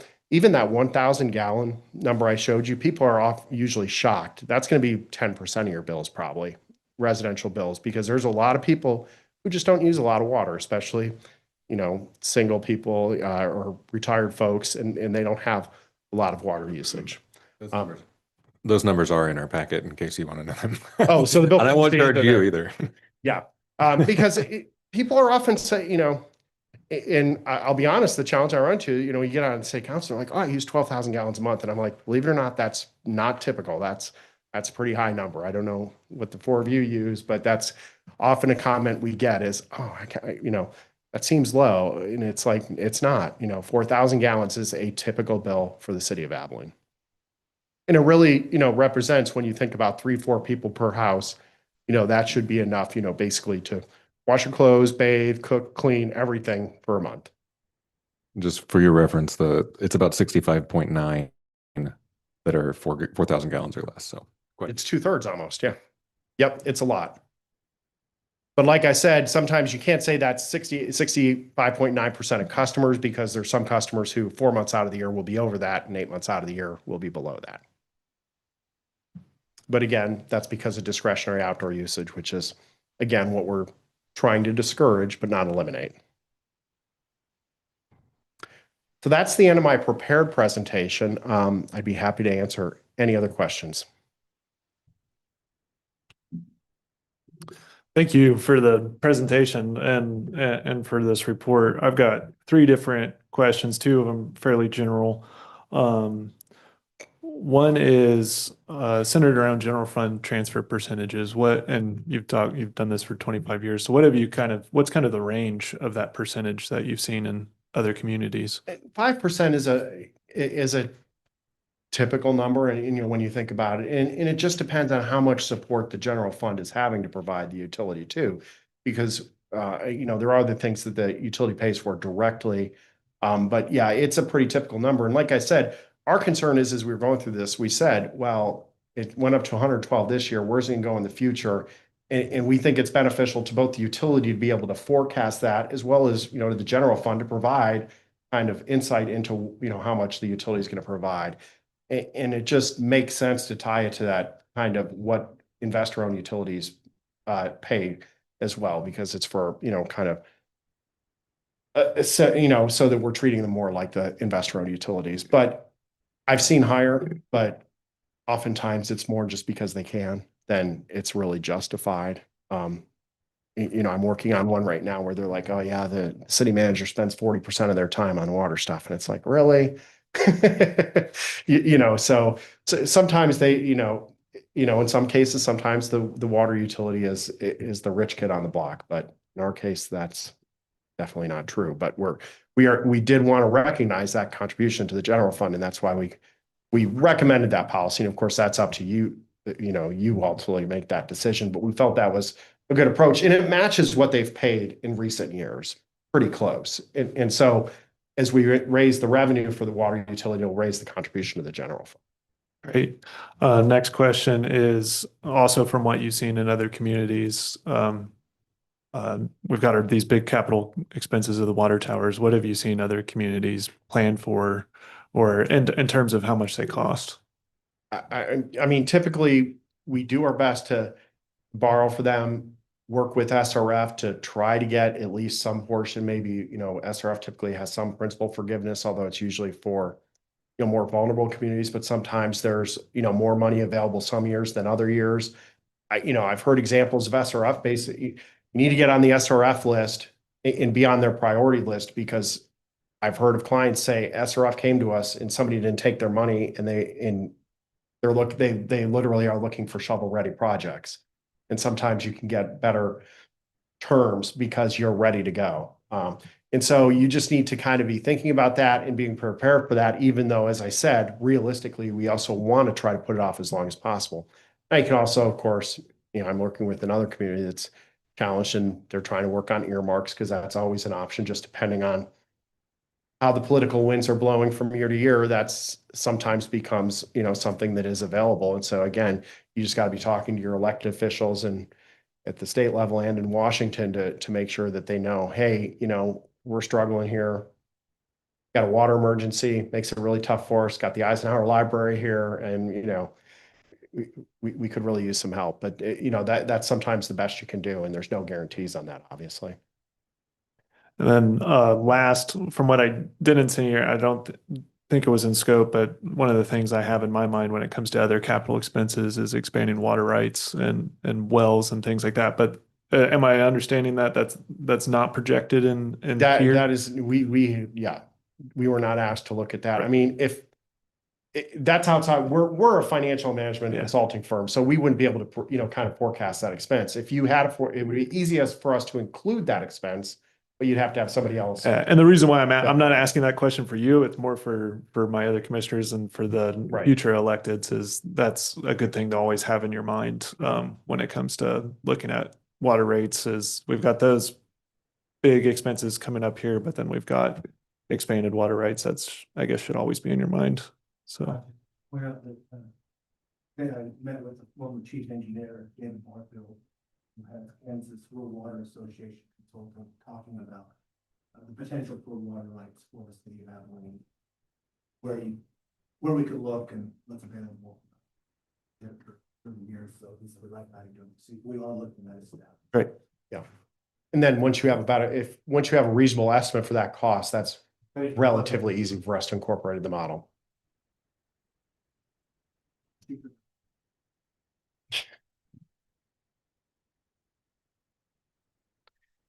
you have any other questions for Tom? I know I'm just kind of my general thought when I was going through this on Friday. I think it would be helpful to move it to a study session at the next meeting. That way we can just kind of talk about different options, especially with as many changes that we're having. I think it'd be good for the commission to do a deep dive into it and just be able to really get into it together. And we've got time, thankfully. So It's already on my calendar. Yeah. John's on top of it. okay. So at that next study session, is that something that you would be able to come or appear I will be virtually? here. Okay. That'd be very helpful. So. Yep. Any other questions for the time being? Be the week of Christmas. Mm-hmm. Depending on jury duty, I hope I'm there. Okay. So. Okay. Okay, with no more questions on that for right now, we will move in. Thank you very much for being here. Thank you. We will move into item 8B, discussion and direction for city staff regarding the concession structures and tenancy on city-owned property. Following discussion with the commission at the last meeting, we identified the owners of the two additional concession buildings on that parcel of land. One is the Central Kansas Free Fair Board, and the other is a couple that's owned the building for more than 20 years. I can't pronounce their last name, is Duvel, Dusick? what she said. Yes. So our recommendation, since we know who the building owners are, is for the commission to direct staff to meet with those building owners and negotiate the terms of a lease agreement that we can bring back to the commission for your consideration. And Aaron may be able to add a little bit more about that, or? Sure. As you know, they're somewhat of a unique circumstance in that the city owns the underlying real estate, but we have private individuals or entities that purport to own the improvements, and we are not able to find any or all of the documentation to support the severance of the improvement from the real estate. Some of that becomes moot and can be addressed in the context of a lease agreement. And certainly there are no existing lease agreements that we can find for any of these properties. And in the course of building a lease agreement, if that is how you direct us to proceed, we would address the parties' respective rights and obligations with respect to both the land and the improvements, which would hopefully be in both parties' interests going forward, so everyone knows their respective roles. Thanks, Aaron. Yes. I was provided an agreement between, it appears, the city and the Central Kansas Free Fair Association that appears to give some rights to the Fair Board, the Fair Association on those properties. Can you give me your interpretation of those? I don't have that agreement in front of me. Do you know the date of it? This was a September 96. It's the agreement Oh. that we're working with them with. Sure. I don't want to misspeak without looking at it directly, but my recollection is that, yes, it does provide certain rights to the Central Kansas Free Fair during a specified period of the year that is related to the fair. And if my memory serves me correctly, it's a week before and a week after the fair. However, that agreement would be silent as to the remaining 50 weeks of the year. And from what I understand, we have private parties wishing to use those buildings outside of the week Correct. leading up to and following the fair event.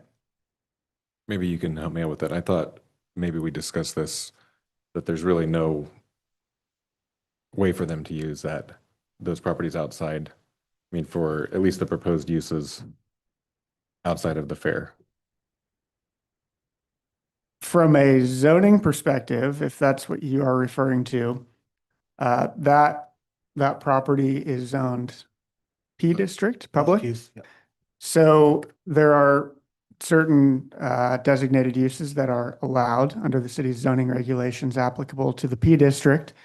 And unless your proposed use fits within one of those or is an accessory use to one of those allowed uses, it would generally not be allowed under the current zoning designation. I do not know how those buildings are being used outside of the fair, or how Mr. Gowith or Mrs. Dusick wish to use them. We would certainly add as part of the lease that any proposed use would comply with the city's zoning regulations. But yes, there would be limitations based on zoning. So I guess I'm still a little bit unclear. So are we leasing this property to them for the other 50 weeks and the fair still has the agreement for those 2 weeks? we would need to acknowledge any outstanding commitments that the city has made in its agreement with the Central Kansas Free Fair so as not to interfere with those contractual rights that the fair has. And without having received your direction, I don't want to speak to what the lease agreement would say because I don't think any of that has been determined yet. I think the first step would be for Mr. Quinde and whoever else to sit down with these private individuals and figure out what their needs and wants are, and then whether we can accommodate that in the form of a lease agreement to be negotiated and brought back to you. But yes, my understanding is that it would be outside of the fair period. And I don't have the 1996 agreement in front of me. I'm not sure that it covers that specific parcel in that agreement. The areas that are identified by tract in that agreement are the basically the animal areas that are used and the buildings that they've built over time. I may have mentioned this to the commission 2 weeks ago that we're currently working with the Free Fair or the Central Kansas Fair Board to come up with a new agreement that actually mirrors what we're doing. There is I do have it in front of me here. It does identify tract 5 as the food stands and then provide a legal or meets and bounds description of that. But again, it doesn't have many specifics after that. Okay. Well, part of our discussions with the Fair Board is changing that from a lease type agreement to more of a management agreement, where right now they're limited to either 1 week before or 2 weeks before, during the fair, and a week after.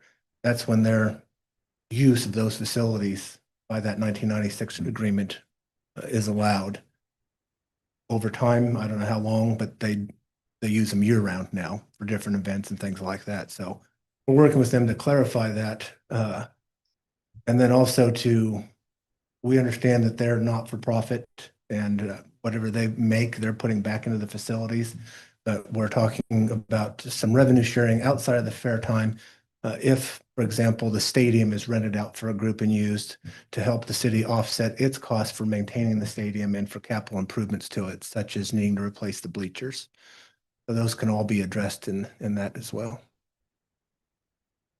I guess my way of thinking too is that as long as they're whoever, I guess is a tenant for each of those buildings, as long as they're utilizing it within the zoning code, I don't have any reason to limit them to 2 weeks out of the year. Right. I mean, if you've got someone that wants to have a concession stand down there year round, why not? Yeah, we'll have to see what the specific zoning requirements are. It does speak to concessions. I don't know if it says directly related to a fair board, but if we can accommodate that, that would be ideal. At least gives them the option to Yeah. if they choose to do so, as long as it meets, as long as it's within that criteria of public Similarly, use. we talked with the fair board that if outside of the fair or the rodeo, if there's an opportunity for a group to rent the place where they park trailers there, by all means, do it. That's another revenue source for the fair board. And I know the rodeo's had a couple additional events that they have planned in the last couple of years. So maybe, I mean, something helpful for them too, if they know they have somebody coming or a group of people coming and they could, open up, if somebody wants to that owns or is a tenant in one of the stands, they could open up and serve those people that are there for. Right. So, Aaron, maybe you know off the top of your head, but I kind of remember that public district being fairly restrictive. The allowed uses within the public district are described in section 8-201 of the zoning regulations. And they are limited to what are generally public or municipal uses. In this case, fairgrounds is one of the designated uses. It would also include auditoriums, airports, schools, water treatment plants. So the primary use of that land is fairgrounds currently, and that is an allowed use. We also allow accessory uses, which would mean anything that serves that principal use. So we may encounter difficulty with a standalone year-round 365 operation that is not related to or serving a fairground or a rodeo or something of that nature.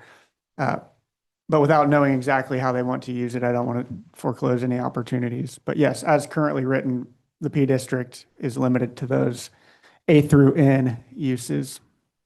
So I pulled it up here, 8.2. I mean, it looks like it also includes parks, public rec facilities, stadiums, athletic complexes, golf courses. And you're saying any accessory use. I'm not seeing that.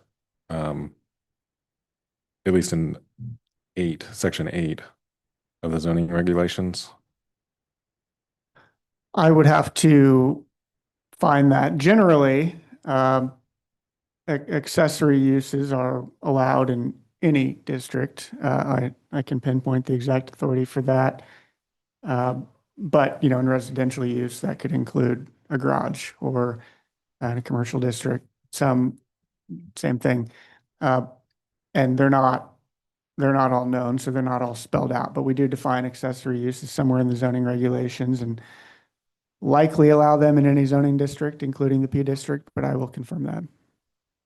Yeah, I'm not sure where that would be in these zoning regulations, and I don't want to read them all right here, but wouldn't, if, you know, for example, we have a swimming pool that has a concession stand. I don't think I mean, I'll give you, it's a bit of a stretch, but to the extent that somebody wanted to sell ice cream in the park in the summer, would we encourage that? Or I mean, actually they do it now, right? They do it with the trailers or whatever that come through the park like once a month, maybe, very infrequently. So But those wouldn't be structures. I understand they're not structures, but Yeah. my understanding is that the fees that are assessed to those concession buildings are very similar to what's charged to the trailer. At least that was the intent, is to have parity. Again, I'm not making any assumptions here at all, but having, certainly in a larger city, you would have a concession stand next to a park. And in Chicago, for example, they're you know, kind of built into their public facilities as well. I just think maybe we want to approach this with an open mind. And I did find section 20-701 states that accessory uses are permitted in any zoning district in connection with any permitted principal use. And I guess for my intent, 'cause it's not always going to make sense to, you know, if it's January 15th and there's nothing going on at the fairgrounds, there probably won't need to be a concession stand open. But I like giving them the opportunity to, if there are other events being hosted around there, that they could see it be beneficial, especially if they're, you know, paying a lease to rent that building. But I Well- think it's going to kind of, it would kind of take care of itself. They're not going to set up if there's nothing going on. With council direction, then we'd like your direction for us to begin negotiating lease agreements for those 4 structures. And then based on that, we can come back to you with what they want to use them for and how that fits into our zoning codes or other regulations, and how we can accommodate the best and most use out of those for them. I guess my only thought is, if you don't believe we're in any way preempted by our agreement with the Fair Association? Well, we'd want to confirm that, but my recollection is it only applies during a very limited duration period of the year that centers around the fair event. It does. Yeah, I did pull that up here. It looks like it's actually 3 weeks, 2 weeks before and Yeah. the week after. So We will, that might be 4 weeks. if we're talking, if with Mr. Galleth or the other woman whose name escapes me, we'll just make sure in any lease that we enter into them, it does not interfere with the existing agreement or any future agreement with the Central Kansas Free Fair. I guess my thought, does it make sense to have an agreement with the Free Fair before we negotiate with those folks? I mean, I could see it working either way, frankly, but I think that if we're going to have an agreement with them that contemplates the use of those buildings, I mean, if they have the right to lease them for 4 weeks or 5 weeks or whatever it is out of the year, how does that marry up to what we're doing? I mean, do we want to just let them have that right? It sounds like they're not just using it for those 4 weeks. And I so don't- maybe it makes sense to let them carry the ball. I'm not sure the fair board leases those out. They just charge a fee during that period for the owners to operate during that period. because they're limited to operating during the 2 weeks, the fair and afterwards. Right. I mean, I think we've kind of agreed. Those are the only times that it's useful to have that, right? At this point anyway. Uh, I don't know that you can't do both concurrently. I know Mr. Gaywith is interested in at least seeing what we can do as far as a lease and what would be allowable, so he can make a decision on what he wants to do with his two buildings. We've presented a different type of agreement to the some members of the fair board, and they're discussing it. So actually, I think if you do them concurrently, you're getting information from both sides. I think at least I've heard, and I'm not sure, I know the fair board's had some turnover, but there's been at some points maybe an appetite for a lot more activity down there. Maybe not weekly, but maybe monthly. I would just, I don't know, if we can stay out of it, I'd like to stay out of it. That's And I think that kind of goes along with my point earlier. As long as it fits within the zoning code for that area, I don't really want to restrict them from only being able to operate during certain times of the year. And this agreement that we presented to them is a management type agreement, which allows them to, in essence, manage those facilities year round. And if there's opportunities for them to rent the trailer park or to rent out the stadium outside of that window, by all means do it. They're doing it now. Not the trailer park, but the stadium. So let's just clean up the agreement that allows them to do it year round. It's an opportunity for them to use it whenever they can. They can book things and make some revenue for them. Most of their revenue they're putting back into those facilities. So it's a benefit for everybody. I guess really to follow that point, I would be happy to let them have all of the revenue that anyone ever generated out of those concession stands, whether it's the one they own or the ones that are at least claimed to be owned by private individuals. And I think you were speaking specifically about if they are hosting events at the stadium, correct? You're not talking about revenue sharing with the. No, right now, they're allowed to use the facilities 2 weeks before, during, and after. And that's technically the 1996 agreement. That's it. They're using the facilities such as the stadium and others outside of those and collecting all the revenue. Our proposal for them is let's get rid of the lease agreement, make it a management agreement, which allows you to use those year round. Like I said, the trailer courts or whatever opportunities they have. And then not during the 4-week period that the fair is going on, but any rental outside of that, a portion of that revenue comes back to the city, which would go for stadium maintenance and capital improvements to the stadium. And additionally, to offset the services that are provided out there year round, maintain those grounds.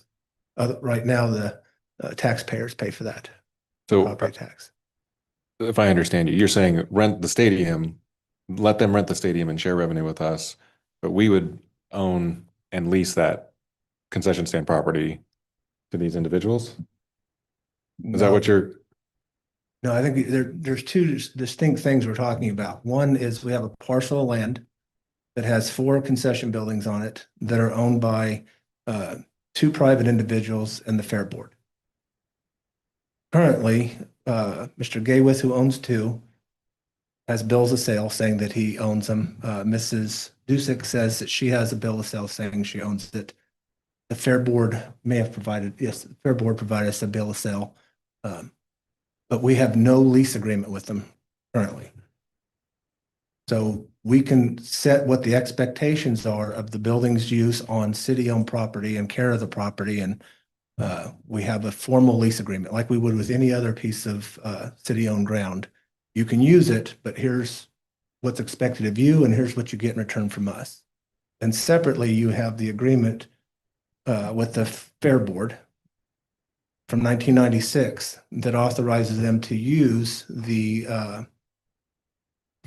those parcels 2 weeks before, during the fair, and a week after. And that's it. The city provides certain services and free water during that. Since 1996, at some point, that has changed where they utilize those facilities year round. Our proposal to them is let's update the agreement so you can continue doing what you're doing. Utilize it as much as you want, make some revenue for yourself, But anything, a portion of what you generate outside of the fair scope, those 4 weeks, you share with the city to offset the city's cost of maintaining the stadium, capital improvements for the stadium, such as it's going to need new bleachers soon, and for the care and upkeep of those facilities and grounds year round, which is currently paid for by property tax dollars. So to offset our costs.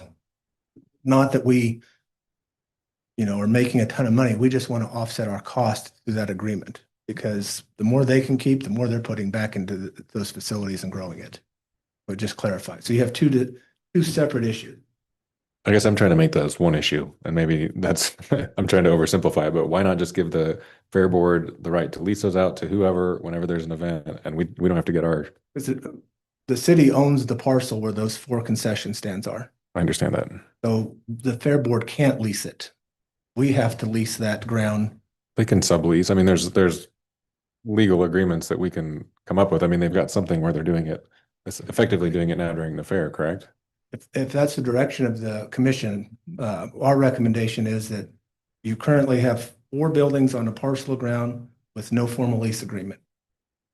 We're recommending that as a matter of just good practice, that we have lease agreements with the building owners to clarify what their responsibilities are, what our responsibilities are in the term of the lease.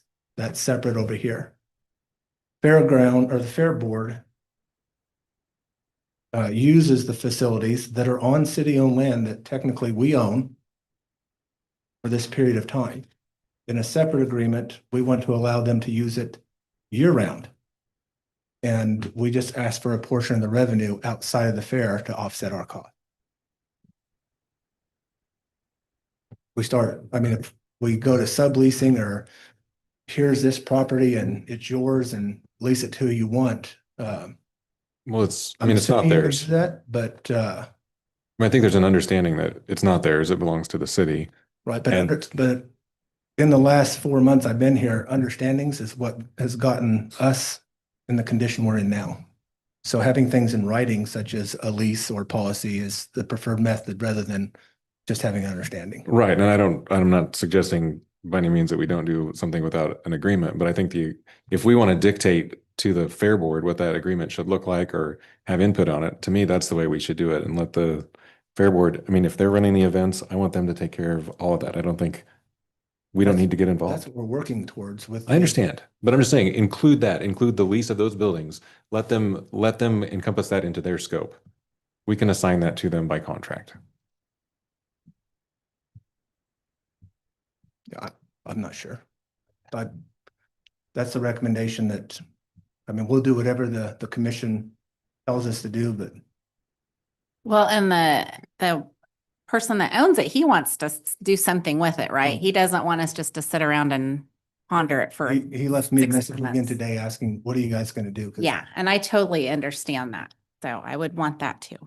I see, for the next step is these 2 separate but related arrangements. We've spent a lot of time talking about this, shifting this 996 agreement to a management agreement. That's separate but related issue. Whereas this, we have 3 distinct different property owners. Correct.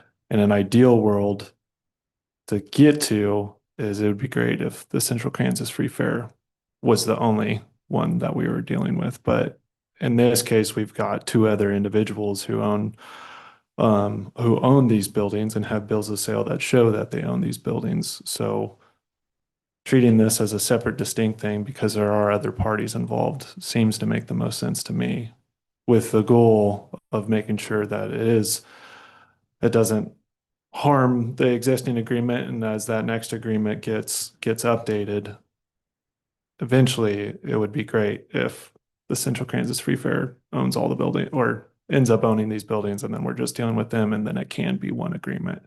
But for the time being, I'm in agreement with this first option of directing staff to enter into these negotiations with these 3 different building owners, acknowledging that there's these other discussions going on. Yes, and maybe I wasn't clear, but meeting with a fair board, we've discussed these buildings and the process we're going through, Right. and they're fully on board. They just want to know what the rules are. Yes, we've been working with them through both processes. I think that, I mean, from what I understand, one of the owners wants to do essentially any lease agreement that he makes with the city will probably forbid him from doing what he does want to do. And so I think we need to be clear about that as well. So I'm not like entering into a lease agreement with him doesn't change the fact that it's public owned property and maybe it can be used as an accessory to a park or a fairground or something like that. But moving forward for him basically will probably mean crushing his dreams. So I think like if that's what we want to do, let's just end it. I mean, I don't think we need to negotiate a lease. It's going to come to the same outcome. If we want to come up with a way for him to do what he wants to do, then let's work towards that. But giving him a lease that lets him work during the fairgrounds or during fair events or, whatever is not what he wants. So I think we're essentially just kicking the can down the road. Well, at least He's start been to- made aware twice, but maybe more often in person and in written letter that what he wants to do as far as selling it for somebody to operate a Mexican restaurant won't happen under current rules. Our premise for asking you to negotiate these lease agreements is so that we have something formal with the property or the building owners that outlines what they're responsible for and what we're responsible for. Right now, it's just, we have some people who own some structures on our land, but that's it. We don't know what the rules are, what they're responsible for, what we're responsible for. And if he decides that he doesn't want to enter in a lease agreement, we can then turn we and can move lease forward. the buildings to somebody else. Correct. So I'm fine with that. I just, like I said previously, I just want to keep it as open as possible to Yes. where if there is an option to use it for other events, that they can do so.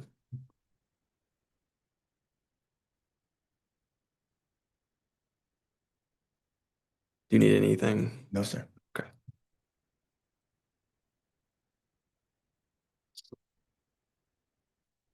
Do we have any city manager or staff reports?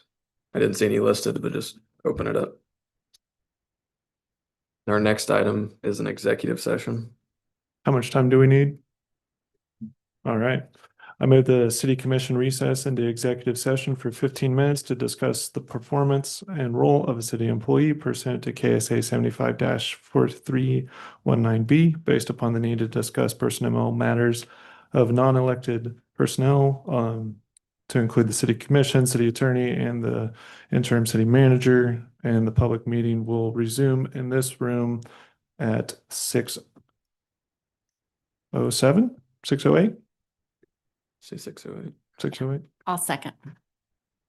Motion has been moved and seconded. Do we have any commission discussion?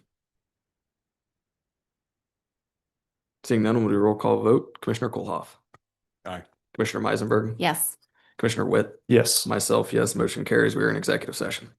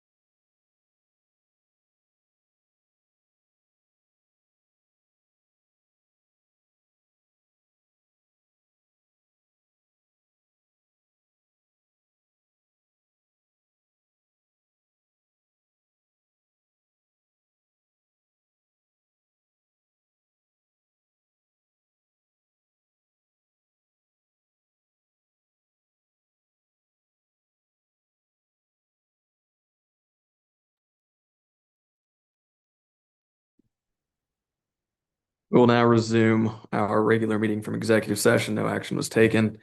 Our next item is a motion to adjourn.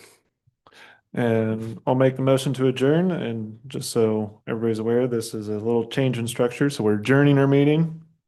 And then we'll reconvene over at City Hall for the study session in 15 minutes. Okay, I second. Motion has been moved and seconded. Do we have any commission discussion? Seeing none, we'll move to roll call vote. Commissioner Meisenberg, Yes. Commissioner Witt, Yes. Commissioner Kohlhoff is currently absent. Myself, yes, motion carries. We are adjourned.